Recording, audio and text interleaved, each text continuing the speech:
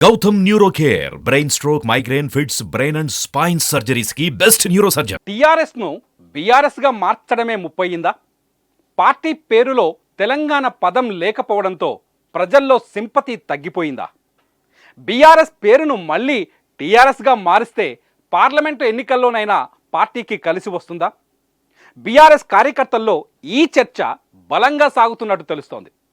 Parliament ఎన్నికలపై కసరత్తు చేస్తున్న పార్టీ అధిష్టానానికి పేరు మార్పు వల్లే సమస్య వచ్చిందని చెప్పేందుకు కింది స్థాయి నాయకులు ప్రయత్నిస్తున్నారని చెబుతున్నారు. కొందరు నాయకులు ముందుకు వచ్చి మనకు భారత రాష్ట్ర సమితి పేరు కలిసి రాలేదని డైరెక్టుగా చెబుతున్నారని తెలుస్తోంది.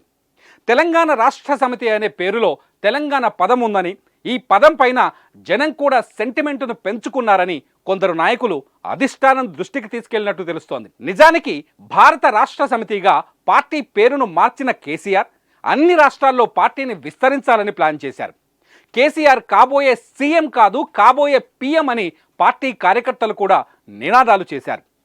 బీఆర్ఎస్ను జాతీయ పార్టీగా మార్చడంతోనే ఢిల్లీలో పార్టీ కార్యాలయాన్ని కూడా తెరిచారు. కానీ టీఆర్ఎస్ బీఆర్ఎస్ అయ్యాక జరిగిన ఎన్నికల్లో మాత్రం ఆ పార్టీ ఎక్కడా పోటీ చేయలేదు.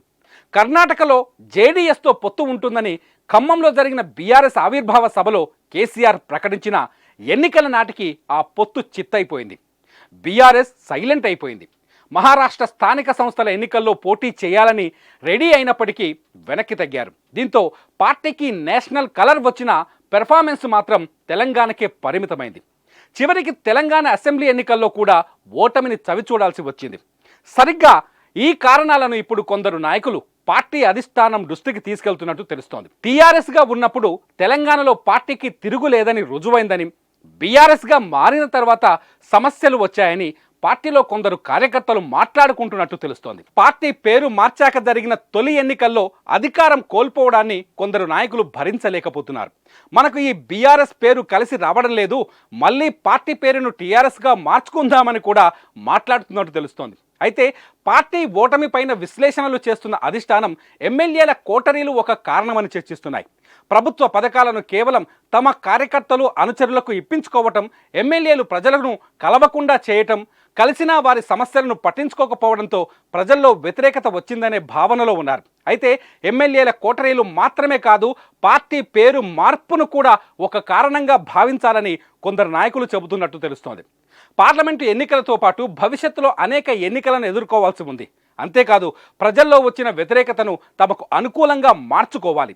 ఇవన్నీ జరగాలి అంటే ఏ తెలంగాణ సెంటిమెంటుతో పార్టీ పుట్టిందో ఆ తెలంగాణ సెంటిమెంటును మళ్ళీ తమ వైపు తిప్పుకోవాలని పార్టీలోని కొందరు నాయకులు సూచిస్తున్నట్టు తెలుస్తోంది. ఇదంతా జరగాలి అంటే ముందు పార్టీ పేరును మార్చాలని వారు కోరుతున్నట్టు తెలుస్తోంది. బీఆర్ఎస్ను టీఆర్ఎస్ చేస్తే మళ్ళీ పూర్వ వైభవం వస్తుందని సూచిస్తున్నట్టు తెలుస్తోంది. కార్యకర్తలో జరుగుతున్న ఈ చర్చపై అధిష్టానం ఎలాంటి నిర్ణయం తీసుకుంటుంది? మళ్ళీ పార్టీ పేరు మార్చేంత ఆలోచన ఉందా, లేదంటే లైట్ తీసుకుంటుందా అన్నది ఇప్పుడు ఆసక్తికరంగా మారింది.